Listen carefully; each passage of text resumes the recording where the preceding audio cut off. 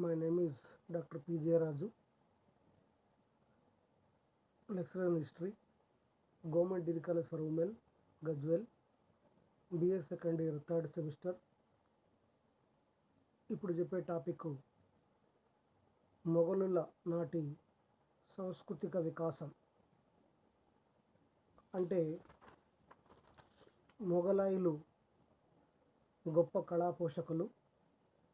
కళకు చిత్రలేఖనానికి వారు చేసిన సేవను గురించి మనం ఈరోజు డిస్కషన్ చేసుకుంటున్నాం.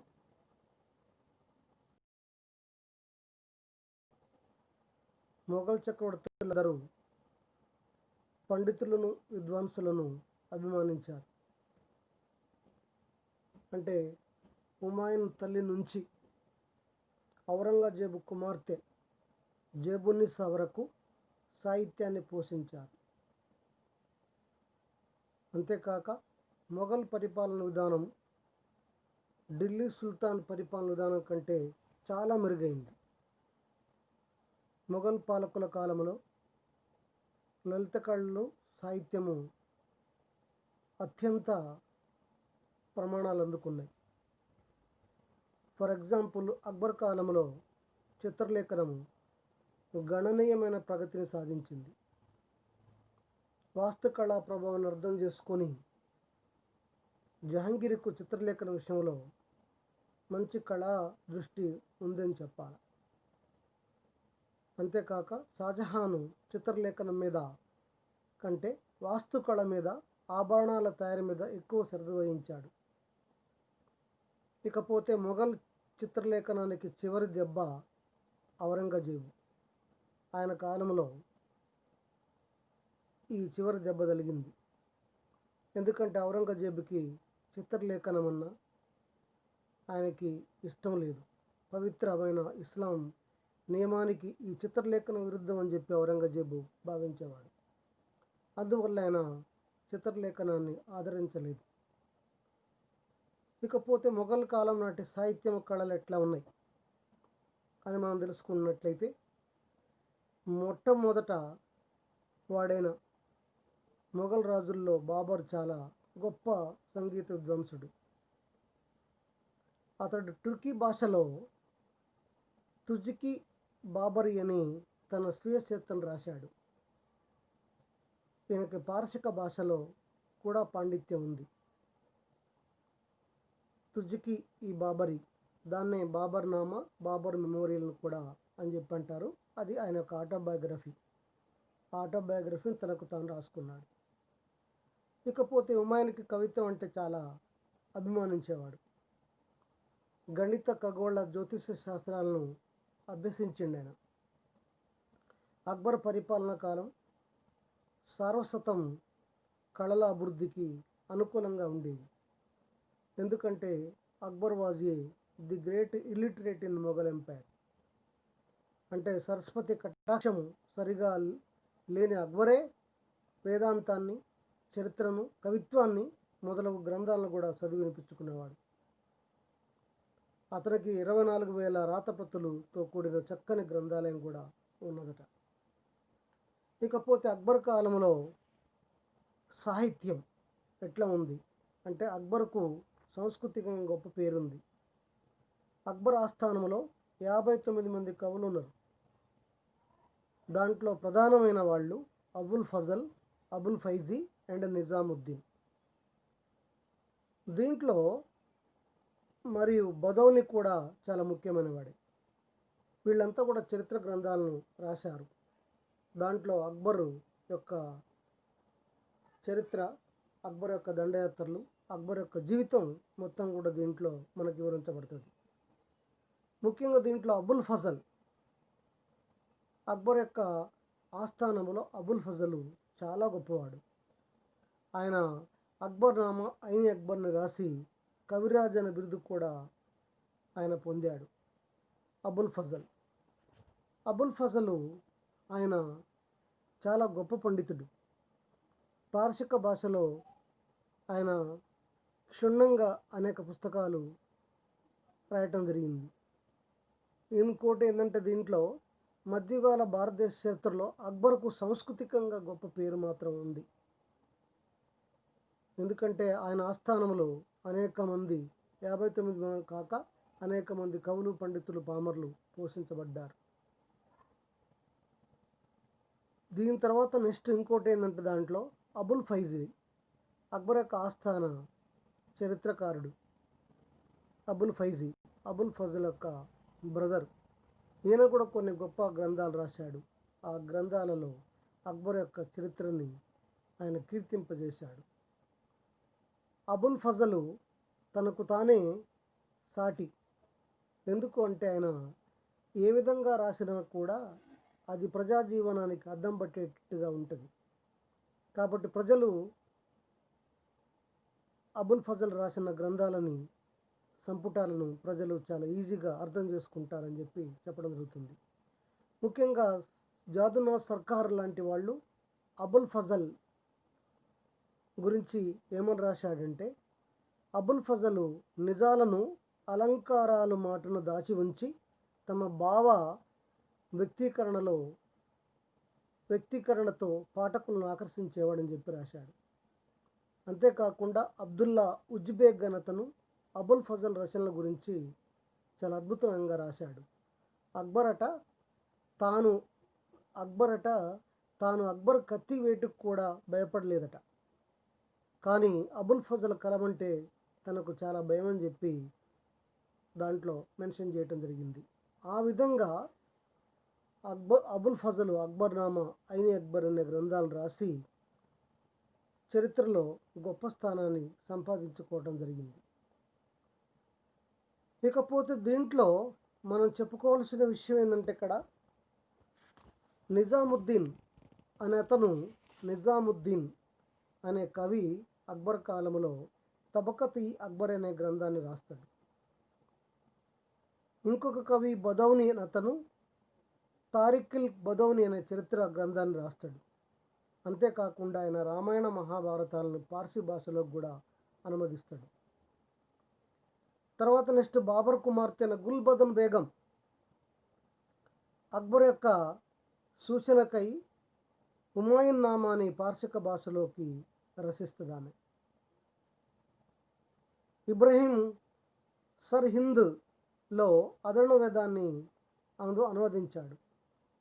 అంతేకాకుండా బాబర్ జీవిత చరిత్ర బాబర్ నామాని కూడా టర్కీ భాష నుంచి పార్శిక భాషలోకి అనువదించడం జరిగింది. ఎందుకంటే బాబర్ నామాని టర్కీ భాషలో రాశాడు. ఈ బాబర్ నామాని టర్కీ భాష నుంచి పార్శిక భాషలోకి ఇబ్రహీం సర్హింద్ రాయటం జరిగింది. ఇంకోటి ఏంటంటే దీంట్లో ఇక్కడ హిందీ కవులైన గంగా కవి తాన్సేన్ గొప్ప గాయకుడైన తాన్సేన్ గురించి ఇక్కడ మనం ఒక మాట చదువుకోవాలి. ఎందుకంటే తాన్సేను ఎవరు అన్నది ఇక్కడ దాంట్లో. తాన్సేను జన్మతా ఒక హిందువు. ఇతని పేరు రామ్రతన్ మిశ్రా. హిందుస్థానీ సంగీతం అంటే ఈయనకి ప్రాణం. కాబట్టి ఈయన అక్బర్ కంటే ముందు దేవగిరి రాజు రామచంద్రుని ఆస్థానంలో ఉన్న ఇతని కీర్తన విని ముగ్ధుడై అక్బరు 1562లో తన ఆస్థానానికి రప్పించుకుండట. మొఘల్ ఆస్థానానికి వచ్చిన తర్వాత తాన్సేన్ ఇస్లాం మతాన్ని స్వీకరించి మీర్జా అనే బిరుదుని స్వీకరించినాడట. అంతేకాకుండా తాన్సేను సంగీతంలో నూతన పోకడలని కొత్తగా ప్రవేశపెట్టినట్టుగా దీంట్లో తెలుస్తుంది. హిందుస్థానీ సంగీతంలో హుస్సేన్ అనే కొత్త రాగాన్ని తాననే పేరుతో నూతన స్వరకల్పన చేసి ఎన్నో స్వరాలను కనిపెట్టాడు తాన్సేన్. అందువల్ల ఈయనకి తాన్సేన్ అనే పేరు వచ్చిందని చెప్పి చరిత్రకారులు చెప్తారు. ఇంకోటి ఏంటంటే ఈయన సంగీతం మల్హార్ దర్బారు పైన సంగీత వాయిద్యం వాయిస్తూ ఉంటే పోతున్న మేఘాలు అక్కడ వర్షించిపోయాయట. అలా కూడా ఈయన సంగీతానికి చాలా తన్మయత్వం మెన్షన్ చేయటం జరిగింది. ఇప్పుడే సంగీత ప్రపంచానికి తాన్సేన్ చేసిన అపూర్వమైనది. అబుల్ ఫజల్ తాన్సేన్ను ప్రస్తావిస్తూ ఏమంటాడో తెలుసా?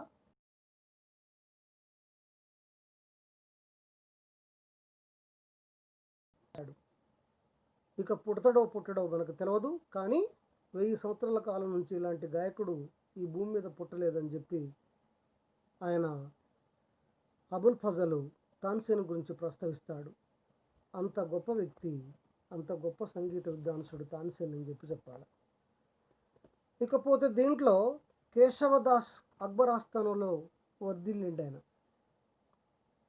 ఇంకోటి ఏంటంటే దీంట్లో అక్బర్ యొక్క ఉద్యోగుల్లో సైన్యాధ్యక్షుడైన మాన్ సింగ్, తర్వాత భగవాన్ దాసు, బీర్బల్, అబ్దుల్ రహమాన్లు కూడా వీళ్ళు కూడా హిందీలో మంచి కవులట.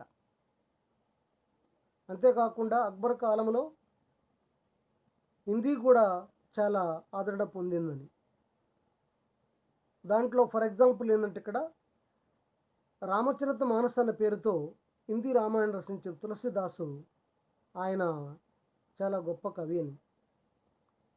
తులసిదాసు ఆ యుగమందలి మహాపురుషుడని, అతడు అక్బర్ అన్న గొప్పవాడని చెప్పి స్మిత్ వర్ణించాడు. చూసారా, అంటే దాంట్లో ఒకటి మాత్రం మనం గుర్తుంచుకోవాలి. అయోధ్యలో ఆనాటి కాలంలో అయోధ్యలో ఉన్న రాముడు యొక్క జీవన విధానం గురించి దాంట్లో మెన్షన్ చేశాడు. ఆనాటి కాలంలో ఉత్తర భారతదేశంలో తులసిదాసు రాసిన రామచరిత మానస్ అనే పుస్తకం ప్రతి ఒక్కరు కూడా చదివి ఉంటారని, ప్రతి ఒక్కరి దగ్గర ఉంటుందని చెప్పి చరిత్రకారులు అంటుంటారు. కాబట్టి అందుకోసమే అక్బరు ఆ తులసిదాసును ఏమని కీర్తించాడంటే దాంట్లో ఆ యుగమందలి మహాపురుషుడు అతడు అని చెప్పి అన్నాడు అక్బరు. అంటే అందుకనే స్మిత్ కూడా అక్బర్ కంటే ఈ తులసిదాసే చాలా గొప్పవాడని చెప్పి రాశాడు. వీరే కాకుండా సూర్ సాగర్ రాశాడు. దాంట్లో సూర్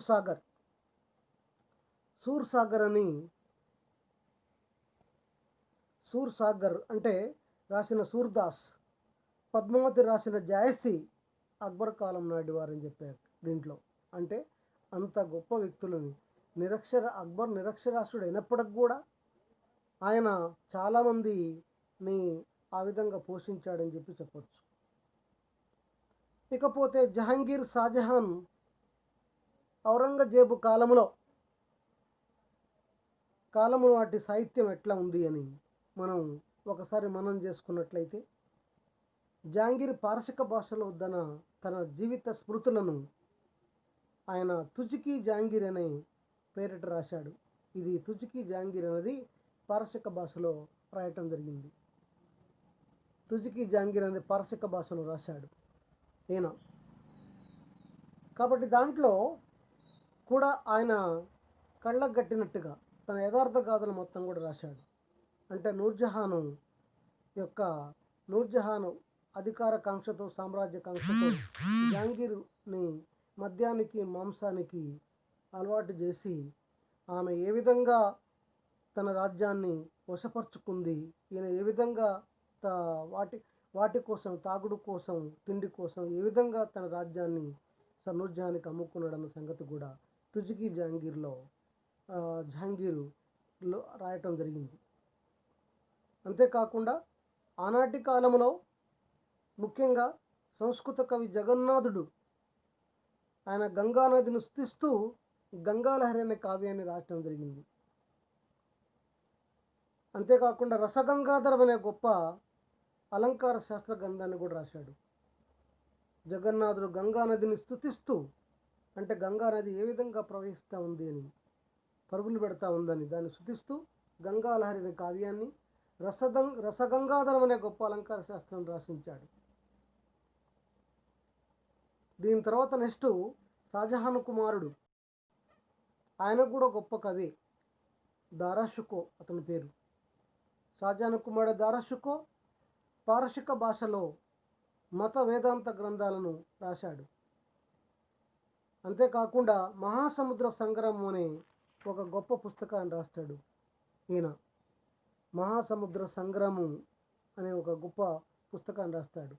ఇంకోటి ఏంటంటే సాహితీ రంగంలో షాజహాన్ పాలనా కాలాన్ని ఇంగ్లాండ్ నుంచి చెందిన ఎలిజబెత్ రాణి యుగంతో పోలుస్తారు. దారాషుకో ఆయన అరబ్బీ, పారసిక, సంస్కృత భాషలో గొప్ప పండితుడు. అంతేకాకుండా ఇతడు ఉపనిషత్తులు, భగవద్గీత, యోగ వాసిష్ఠ గ్రంథాలను పారశిక భాషలోకి అనువదిస్తాడు. ఇతడు రాసిన మహాసముద్ర సంగ్రామం హిందూ ముస్లిముల యొక్క సంస్కృతుల యొక్క సంగమం అని చెప్పి దీంట్లో మెన్షన్ చేసిండు. ఇంకొక విషయం ఏంటంటే దీంట్లో అక్బర్ యొక్క ఆస్థాన కవి, ఆస్థాన చరిత్రకారుడు అబ్దుల్ హమీద్ లహరి, అంటే అబ్దుల్ హమీద్ లహరి పాదుషా నామా అనే పుస్తకాన్ని రాస్తాడు. పాదుషా నామా అనే పుస్తకాన్ని రాస్తాడు. ఈయన కూడా షాజహాన్ యొక్క ఆస్థానాన్ని అలంకరించిన వాడే. షాజహాన్ ఆస్థానంలో ఇంకొక కవి ఇనాయత్ ఖాన్ అని అతను షాజహాన్ నామా అనే పుస్తకాన్ని కూడా రాస్తాడు. ఈ విధంగా పారశిక భాషలో, హిందీ భాషలో, సంస్కృత భాషలో చాలామంది కవులు మొఘల్ సామ్రాజ్యానికి సేవ చేశారు. ముఖ్యంగా క్రీస్తు శకం 1526 నుంచి 1707 వరకు మొఘల్ సామ్రాజ్యాన్ని మహామొఘలు పరిపాలన కొనసాగించారు. ఒక ఔరంగజేబు కాలంలో తప్ప మిగతా అందరి కాలంలో కూడా సాహిత్యము బాగా పోషించబడింది. ఔరంగజేబు కూడా ఆయన అరబ్బీ, పారసిక, తుర్కీ, హిందీ భాషల్లో గొప్ప పండితుడు. ఖురాన్ని కంఠస్థం చేశాడు. రోజుకు 7 సార్లు నమాజ్ చేసేవాడు. ఖురాన్లోని ప్రతి ఏ పేజీలో, ఏ లైన్లో, ఏ లెటర్ ఉన్న, ఏ అక్షరం ఉన్న సంగతి ఔరంగజేబు కంఠస్థం పట్టాడు. కాబట్టి ఖురాన్ యొక్క శ్లోకాలు ఏవైతే ఉన్నాయో, ఖురాన్ యొక్క భావం ఏదైతే ఉందో అవి అన్నీ కూడా ఔరంగజేబు యొక్క నరాల్లో జీర్ణించకపోయింది. అంతేకాకుండా ఔరంగజేబు చనిపోయేటప్పుడు కూడా ఖురాన్ను వింటూ ఆయన తుది శ్వాస వదలటం జరిగింది. ఆయనకి ఖురాన్ అంటే చాలా ఇష్టం. ఖురాన్ని అంత సంపూర్ణంగా కంఠస్థం చేసినాడు. అంతేకాకుండా ఆయన పత్వా ఈ అలంగిర్ అనే ఒక ప్రతిని కూడా ఏం రాయటం జరిగింది. పత్వా ఈ అలంగిర్ అనే ఒక ప్రతిని కూడా ఏం రాశాడు. కాబట్టి ఇది ముస్లిం ధర్మశాస్త్రాన్ని కోడీకరిస్తుంది. ముఖ్యంగా ఇంకొకటి, దీంట్లో బాబర్ కుమార్తె గుల్బదన్ బేగం హుమాయూన్ నామాను కూడా రచించింది. ఆ సంగతి మనం చెప్పుకున్నాం. ఔరంగజేబు కుమార్తె జేబునిషా దివాన్ ఈ మకపి అనే గ్రంథాన్ని రాసింది. ఆ జేబునిషా అరబ్బీ, పారశిక భాషల్లో నిష్ణాతురాలు. అంతేకాకుండా ఈమె అందమైన చేతిరాతలో మంచి ప్రావీణ్యం కలది. కాబట్టి దాన్ని కాలిగ్రఫీ అంటారు. ఔరంగజేబుకి అందమైన చేతిరాతతో రాసే గ్రంథాలంటే చాలా ఇష్టం. కాబట్టి ముఖ్యంగా చేతిరాత, ఔరంగజేబు కాలంలో చేతిరాతలో ఎంత గొప్ప ప్రావీణ్యం ఉందో ఆ ప్రావీణ్యం ప్రకారంగా, ఆ ప్రతిభ ప్రకారంగా బహుమతులకు కూడా ప్రదానం చేసినట్టుగా దాంట్లో చరిత్ర చెప్తా ఉంది. అంతేకాకుండా హిందీలో ముఖ్యంగా తులసీదాస్ కూడా, అంటే హిందీ భాష అక్బర్ కాలంలో ఒక స్వర్ణయుగం. ఎందుకంటే తులసీదాసు దానికి ఉదాహరణ. అక్బర్కు సమకాలికుడైన తులసీదాసు ఒక పేద బ్రాహ్మణ కుమారుడు. ఆయన తల్లిదండ్రులకు నిరాదరణకు గురై బైరాగిలాగా మారాడు. అలాంటి ఆయన తన జీవితం 40 ఏట ప్రారంభించాడు. 40 సంవత్సరాలు సుదీర్ఘంగా కొనసాగించాడు. ఆ రామచరిత మానసులో, తులసీదాస్ రాసిన రామచరిత మానసులో శ్రీరామచంద్రుడి జీవితాన్ని అతను సుదీర్ఘమైన కావ్యంగా మలచడం జరిగింది. ఆధ్యాత్మిక చింతనతో ఆద్యంతం కొనసాగే ఈ కావ్యము క్రైస్తవులకి బైబుల్ ఎంత పవిత్రమైందో ఉత్తర భారతీయులకు కూడా అంత పవిత్రమైంది రామచరిత మానస్. భగవంతుని యొక్క లీలా వినోదాలు వర్ణింప నలవి కానివని, భగవంతుడు ఈ చరాచర సృష్టికి మూలం అని చెప్పి ఈయన ఆధ్యాత్మికంగా గొప్ప కావ్యాన్ని రాశాడు. ఉత్తర భారతదేశంలో ప్రతి ఇంట రామచరిత మానసును పదిలంగా భద్రపరుచుకుంటారు. ఆనాటి కాలంలో రామచరిత మానసును చదవని వారంటూ లేరంటే అతిశయోక్తి కాదు. అందుకే స్మిత్ తులసీదాసు ఆ యుగానికి చెందిన మహాపురుషుడని, అతడు అక్బర్ కంటే గొప్పవాడని చెప్పి ఇదివరకే పేర్కొనడం జరిగింది. కాబట్టి అందుకోసం తులసీదాసు గొప్ప సంస్కర్త, కవి అని చెప్పి యూరోప్ దేశస్థుడైన సర్ జార్జ్ గర్షన్ కూడా దాంట్లో చెప్పడం జరిగింది. ఇంతేకాకుండా అబుల్ ఫజల్ ఆస్థానం, అక్బర్ ఆస్థానంలో గొప్ప సంగీత కోవిదుల్లో 36 మంది ఉన్నారు. దాంట్లో సూర్దాసు కూడా గొప్పవాడే. ఇంకోటి నందదాసు కూడా ఉన్నాడు, కంబందాసు కూడా ఉన్నాడు. అయితే ఒకసారి ఆ కంబందాసుని అక్బరు ఫతేపూర్ సిక్రీకి ఆహ్వానిస్తే కంబందాసు అక్బర్తో అన్నమాట ఏంటంటే, సన్యాసులకు సిక్రీలో పనిలేదు, నేను హరినామస్మరణం చేసుకొని నా జీవితాన్ని ఇక్కడే కొనసాగిస్తాను చెప్పాడు. అంత కమిట్మెంట్ పర్సను నా ఖమ్మం దాస్ అనేవాడు. అంటే ఈ విధంగా గొప్ప కవులు ఎందరో బాబర్ దగ్గర నుంచి షాజహాన్ దాకా కవులు పోషించబడతారు. ఇంకోటి షాజహాన్ ఆస్థాన కవి, సంస్కృత రచయిత జగన్నాథ పండితుడు తెలంగాణ ప్రాంతానికి చెందినవాడని చెప్పి కొందరు అంటారు. షాజహాన్ జగన్నాథుని సన్మానించి కవిరాయ అనే బిరుదు పొందాడు. షాజహాన్ కుమారుడు కూడా చాలా గొప్ప కవి అని మనం చెప్పుకోవడం జరిగింది. కాబట్టి దీంట్లో మనం చెప్పుకోవాల్సిన విషయం ఏంటంటే, ఇక నెక్స్ట్ పాయింట్ ఏంటంటే, మొఘల్ కాలం నాటి వాస్తుకళ. మొఘల్ రాకతో భారతీయ వాస్తుకళ కొత్త దశలోకి అడుగుపెట్టింది. మొఘల్ వాస్తుకళ కూడా ఇండో పర్షియన్ రీతుల సమ్మేళనాన్ని ప్రతిఫలింపజేస్తుంది. అక్బర్ గొప్ప భవన నిర్మాత. అక్బర్ కాలం నాటి వాస్తుకళ చాలా ఉచ్చ స్థితిలో ఉందని చెప్పాలి. ఎందుకంటే అక్బర్ నిర్మించిన ఫతేపూర్ సిక్రీ కోట, అంటే ఫతేపూర్ సిక్రీ షేక్ సలీం సృష్టి కోసం ఫతేపూర్ సిక్రీ కోట నిర్మించాడు. అది అతని గొప్ప వాస్తుకళా సృష్టికి నిదర్శనం. ఇంకొకటి జామా మసీద్, ఇంకోటి బులందర్ దర్వాజా. అక్బర్ నిర్మాణంలో బులందర్ దర్వాజా చాలా గొప్పది. దీంట్లో ఈ బులందర్ దర్వాజా భారతదేశంలో ఎత్తైన సింహద్వారం కలిగి ఉంది. దీని ఎత్తు 176 అడుగులు.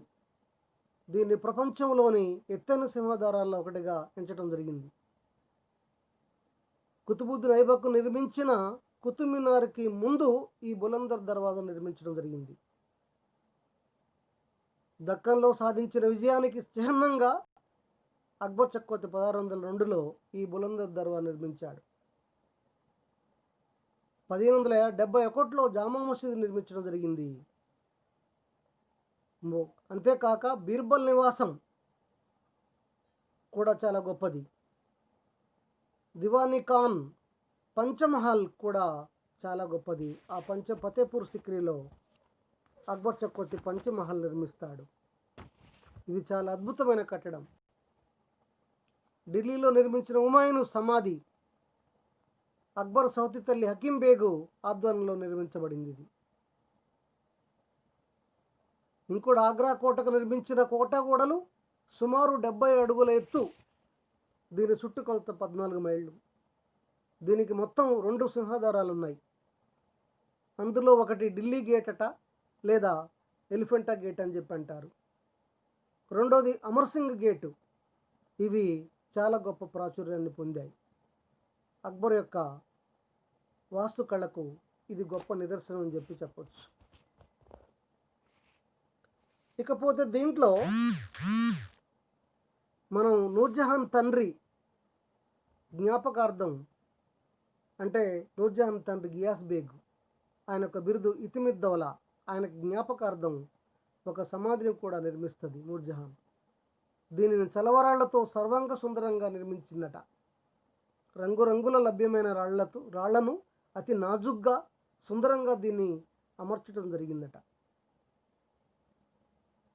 అంత గొప్ప నిర్మాణం. అంతేకాకుండా జహాంగీర్ సమాధి కూడా నూర్జహాను లాహోర్ సమీపంలోని షాద్రా వద్ద నిర్మించింది. అది కూడా ఒక అద్భుతమైన కట్టడమే. దాని తర్వాత మొఘల్ వాస్తుకళకు షాజహాన్ కాలం స్వర్ణయుగం. కోట్ల కొలది రూపాయలు హెచ్చించి షాజహాన్ ఆగ్రా, ఢిల్లీ, లాహోర్ మొదలగు అనేక స్థలాల్లో దేదీపమైన కట్టడాలను నిర్మించడం జరిగింది. అందువల్ల అతన్ని వాస్తుకళ ప్రభువు, ఇంజనీరింగ్ కింగ్ అని చెప్పి పిలుస్తారు. నేటి పాత ఢిల్లీ నగర స్థాపకుడు షాజహానే. దాన్నే షాజహానాబాద్ అని చెప్పి అంటారు. ఇది 1639 నుంచి 48 మధ్యలో నిర్మించబడింది. ఢిల్లీలోని ఎర్రకోట, దానికి కొద్ది దూరంలో ఉన్న జుమా మసీద్ అతని విశిష్ట నిర్మాణాలు అని చెప్పాలి. జుమా మసీద్, ఈ జుమా మసీద్ నిర్మాణానికి 6 సంవత్సరాల కాలం పట్టిందట. 20 లక్షల రూపాయలు ఖర్చు అయింది. దీనిలో 50,000 మంది ఒకేసారి నమాజ్ చేసేందుకు వీలుందట. భారతదేశంలోని మసీదులన్నిటిలో ఇది పెద్దదే అని చెప్పొచ్చు. కాబట్టి జమా మసీదులోకి ప్రవేశించడానికి నిర్మించిన ప్రధాన ద్వారం చాలా ఆకర్షణీయంగా, చాలా అందంగా, వాస్తుకళకు ప్రతిరూపంగా ఉన్నదట.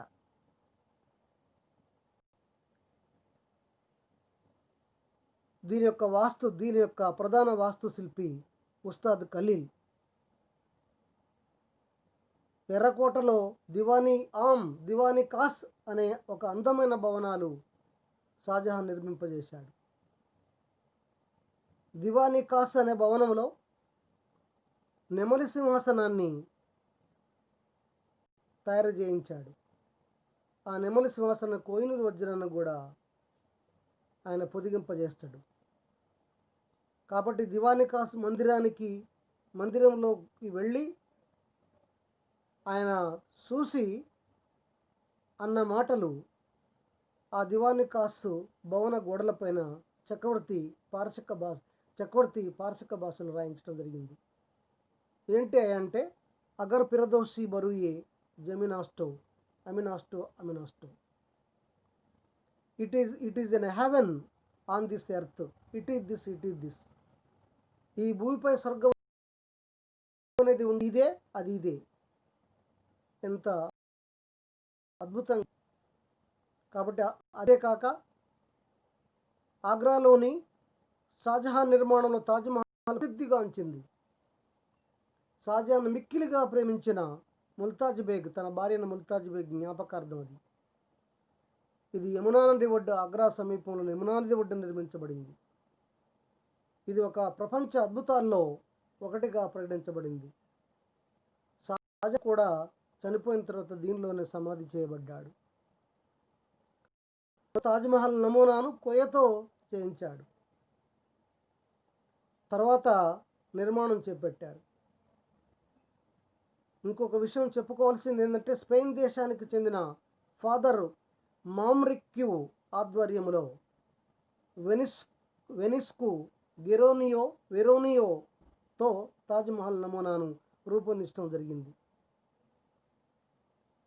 ఇక దీని నిర్మాణానికి 22 సంవత్సరాలు పట్టిందని, దీనికి 3 కోట్ల ఖర్చు అయిందని, 22,000 మంది కూలీలు దీంట్లో పనిచేశారని, దీని ప్రధాన వాస్తుశిల్పి ఉస్తాద్ ఇషాని, ఆయనకి ఉస్తాద్ ఇషా నిర్మాణ పర్యవేక్షణ బాధ్యతలు చూసినందుకు ఆయనకి నెలకు 1000 రూపాయల జీతం ఇవ్వటం జరిగిందని.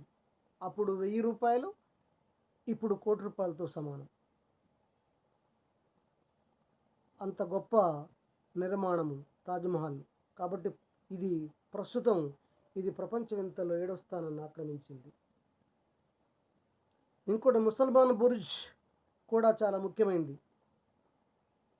ఆ ముసల్మాన్ బుర్జ్ అనేది తాజ్‌మహల్‌కి ముందుగా నిర్మించబడింది. తాజ్‌మహల్ ముందుంది. ముసల్మాన్ బుర్జ్ నుండే షాజహాన్ బందీగా ఉన్నప్పుడు తాజ్‌మహల్‌ను చూడగలిగాడు. ఔరంగజేబు ఈ ముసల్మాన్ బుర్జ్‌లోనే షాజహాన్‌ని బందీగా చేశాడు. ఆ ముసల్మాన్ బుర్జ్‌కి ఒక రంధ్రం చేసి ఆ రంధ్రం నుంచి రోజు తాజ్‌మహల్ చూస్తుండేవాడట. ఆ విధంగా తన శేష జీవితాన్ని గడిపి 1666 సంవత్సరంలో షాజహాను ఆ ముసల్మాన్ బుర్జ్‌లోనే చనిపోవడం జరిగింది.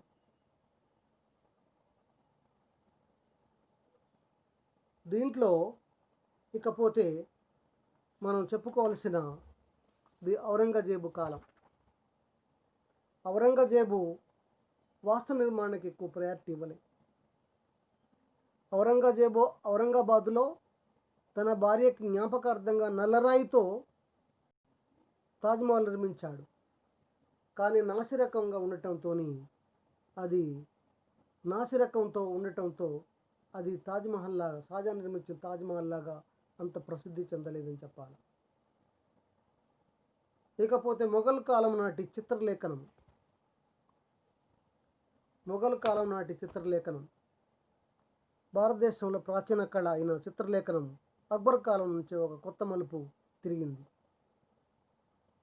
ముఖ్యంగా అక్బర్ కాలంలో తమ ప్రతిభచే పేరు మోసిన కళాకారులు 17 మంది హిందువులు అబ్దుల్ సమద్ మేటి అనే చిత్రకారుడు, మరి ఒక గొప్ప చిత్రకారుడు బసవన్, చెంగిజ్ నామా, జాఫర్నామా, రామ్నామా, నలదమయంతి, కాళియాదామా మొదలైన వారు అక్బర్ కాలం నాటి ప్రసిద్ధ చిత్రకారులు. వాళ్ళు గీసిన చిత్రాలు దాదాపుగా ఇప్పుడు నాశనం అయిపోయాయి. ఇంకొక ముఖ్య విషయం ఏంటంటే జహాంగీర్కు చిత్రలేఖనం అంటే చాలా ఇష్టం, అత్యంత అభిమానం. వేరు చిత్రాలు వేరు వ్యక్తులు గీసిన ఆ చిత్రాలు ఏ చిత్రము ఎవరెవరు గీశారన్న సంగతి జహాంగీర్ చెప్పగల అంత గొప్ప నైపుణ్యం గలవాడు. జహాంగీర్ తర్వాత చిత్రలేఖనం కళ క్రమంగా క్షీణించింది. అతను పోవటంతో మొఘల్ చిత్రకళ తేజస్సు కూడా మొత్తం కూడా వెలుగులోకి రాలే. షాజహాన్ కూడా చిత్రకళను ఆదరించాడు, కానీ ఎక్కువగా వాస్తు నిర్మాణానికి ఆయన ప్రధాన ఆసక్తి చూపించాడు. ఇక ఔరంగజేబు కాలంలో ఆదరణ లేక అన్ని కళలు కుసించినాయి. చిత్రకళ కూడా కుసించిపోయింది. మొఘల్ కాలం నాటి సంగీతం ఉంది అని మనం ఒక మాట చెప్పుకున్నట్లయితే దాంట్లో హుమాయూను 1835లో మాండుపై దాడి చేసినప్పుడు అక్కడ పట్టుకున్న బచ్చు అనే గాయకుడిని తన ఆస్థానానికి తెచ్చి ఆయన సంగీత విద్వాంసులుగా నియమించుకున్నట. ఇక తాన్సేన్ గురించి మనం ఇదివరకే చెప్పుకున్నాం. అబుల్ ఫజల్కు కూడా కొంత సంగీతంలో అవగాహన ఉన్నట్టుగా దీంట్లో తెలుస్తూ ఉంది. ఇక చివరిగా సుమారు 200 సంవత్సరాల పరిపాలన కాలంలో మొఘలాయులు భారతీయులకు శాస్త్ర సాంకేతిక సాహిత్య కళ వాస్తు నిర్మాణంలో ప్రతిభ కనపరిచారు. అంతేకాక దేశానంతరం జయించి భారతదేశానికి రాజకీయంగా సమైక్యం చేశారు. మొఘలాయులు ఆర్థికంగా మొఘల్ యుగంలో దేశం ఐశ్వర్యవంతమైంది, కానీ సాహిత్య కళా పోషణలో ప్రతిఫలిస్తుంది. మొఘలాయులు భారతీయ వాస్తు చరిత్రలో పాలరాతి యుగాన్ని సృష్టించారు. ఇదొకటి చాలా మోస్ట్ ఇంపార్టెంట్. మొఘలాయులు భారతీయ వాస్తు చరిత్రలో పాలరాతి యుగాన్ని సృష్టించారు. జహాంగీర్ కూడా ఇతర విదేశీయుల చిత్రకారులను కూడా తన యొక్క రాజ్యానికి పిలిపించి వాళ్ళని కూడా గొప్పగా ఆదరించినట్టుగా మనకు తెలుస్తూ ఉంది. సరే, ఏది ఏమైనా మొఘలాయి యుగాన్ని భారత జాతీయ భావోద్యమ కలిగిన యుగంగా వర్ణిస్తారు. ఇది మొఘల్ సామ్రాజ్యం యొక్క సాహిత్యము, కళలు, చిత్రలేఖనము, వాస్తు కళలు. Thank you very much.